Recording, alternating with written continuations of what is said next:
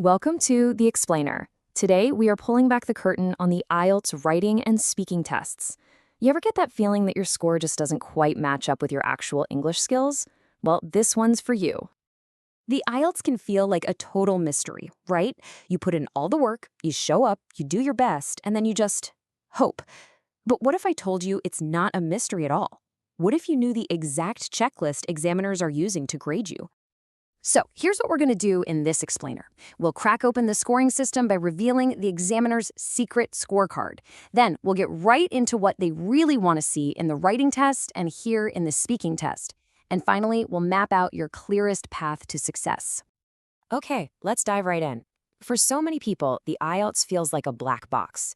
You do all the work, you gave your performance, and then the score that comes out, sometimes it just feels random, right?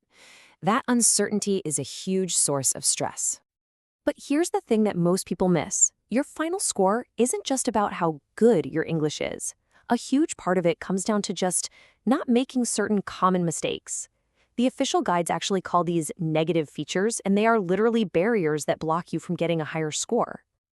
So how do we crack this thing open? Well, it's all about understanding the official assessment criteria. You got to think of this as the examiner's secret scorecard. It's the exact checklist they use to grade you, and it's not a secret at all.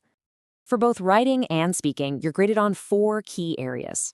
And here's the kicker. They're all equally weighted, every single one. That means you can't just lean on your amazing grammar to pull up a weak score in, say, structure. It just doesn't work that way. Now check out the overlap here. This is kind of the secret weapon.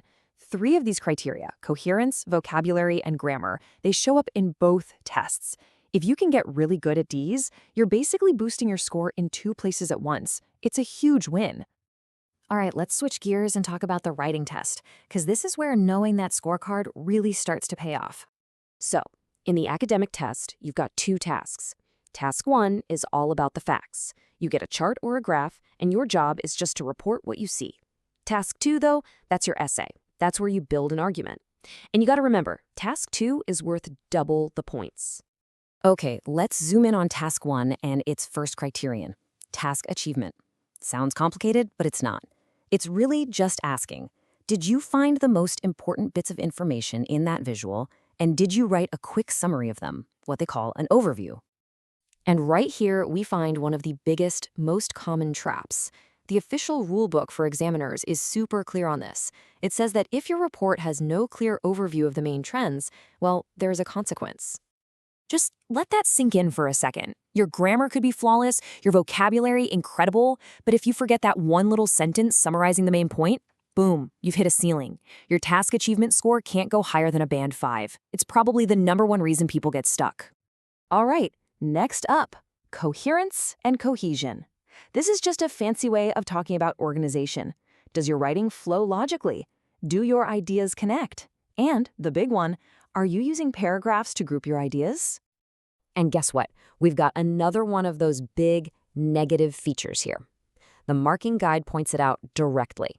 If you don't use paragraphs or your paragraphing is just a mess, the examiner immediately flags it.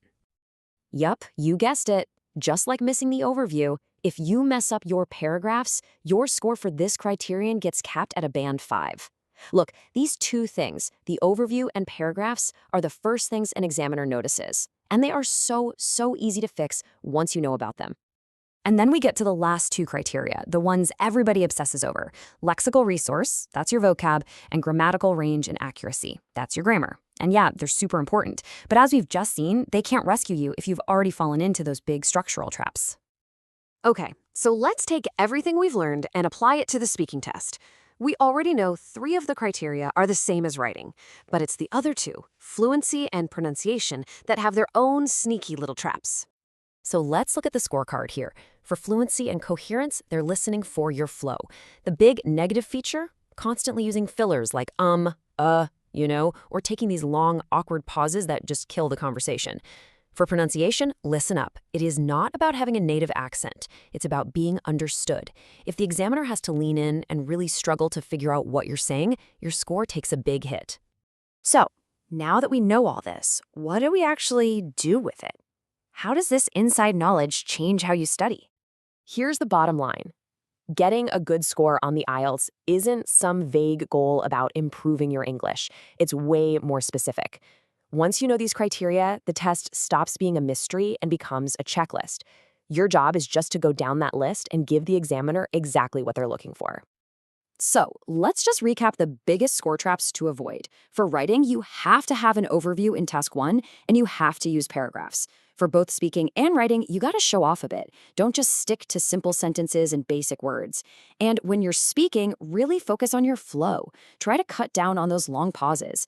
Honestly, avoiding just these few things can make a massive difference. By taking the examiner's scorecard and making it your study guide, you're taking control. You're not studying blindly anymore. You're preparing with a clear purpose. The test isn't some big, scary monster. It's a target. So now that you know what to aim for, what's the first thing you're going to work on?